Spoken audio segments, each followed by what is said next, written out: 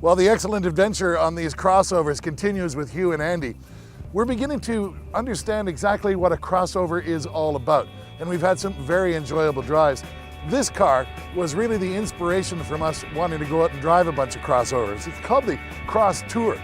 It's the ugliest Honda Accord on the face of the planet, but it does everything that a crossover is supposed to do. It's all-wheel drive, this one is equipped with snow tires, and it has some utility.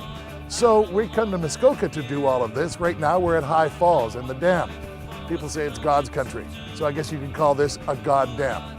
Let's drive the car.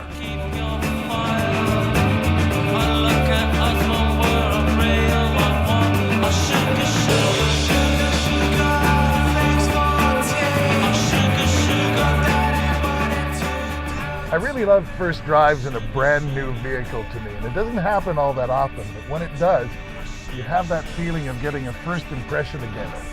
And the first impression is why I got into cars in the first place, because they've always spoken to me in a very special way.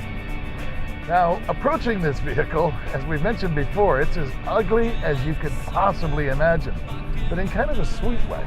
It's kind of got a certain charm to it. Have you ever heard the expression, so ugly it's cute? Well, in this case, it applies fairly well. Is it a car? Well, not really. It's called an Accord, but it's not really like a four-door sedan.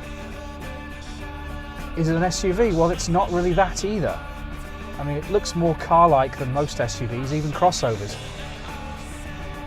So exactly what is it? Well, perhaps you can think of it as an updated version of the old Honda Accord station wagon.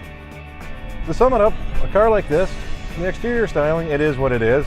Make what you want of it. I personally, it doesn't match my taste. You've got to take this car for a test drive to really appreciate how good it is. Honda's come out with a bang-up product. They're late to the party, but I think they're the best ride out of all these rides. Now, although this crossover is quite expensive, it certainly seems to be packed with value when you get into the driving experience. The steering is tight. The steering wheel position, all of the ergonomics work perfectly for me, and I'm sure the other guys feel the same way.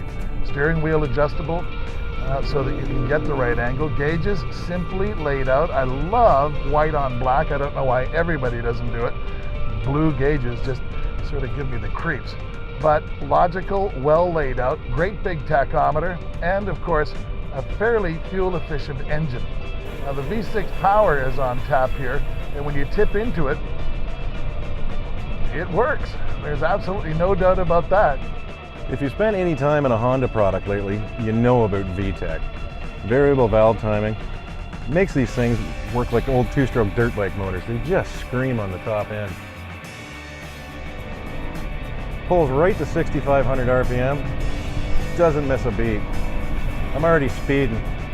I mean, here we are now. We're on a sort of a winding two-lane road, not much traffic, and we're starting to pick up a bit of speed. And this thing is just so direct, it's just so nice to drive. I mean, it's responsive. I'm turning the wheel and I can feel exactly where the car is going. It's talking to me, it's saying, I want to go over here, point, turn, and go. One of the smoothest automatic transmissions I've ever had the pleasure of driving. It's just one more way that Honda has kicked it up a notch. Don't you just love it when things get so much better so quickly? So my first impression of this car is very, very good. And you're gonna ask yourself now, do you need a car like this? Well, I'm still not quite getting the whole crossover thing, but I'll say that you don't really need one. But do you want a car like this? I'll tell you, from my first impression, yeah, you want a car like this. Don't rely on the way it looks.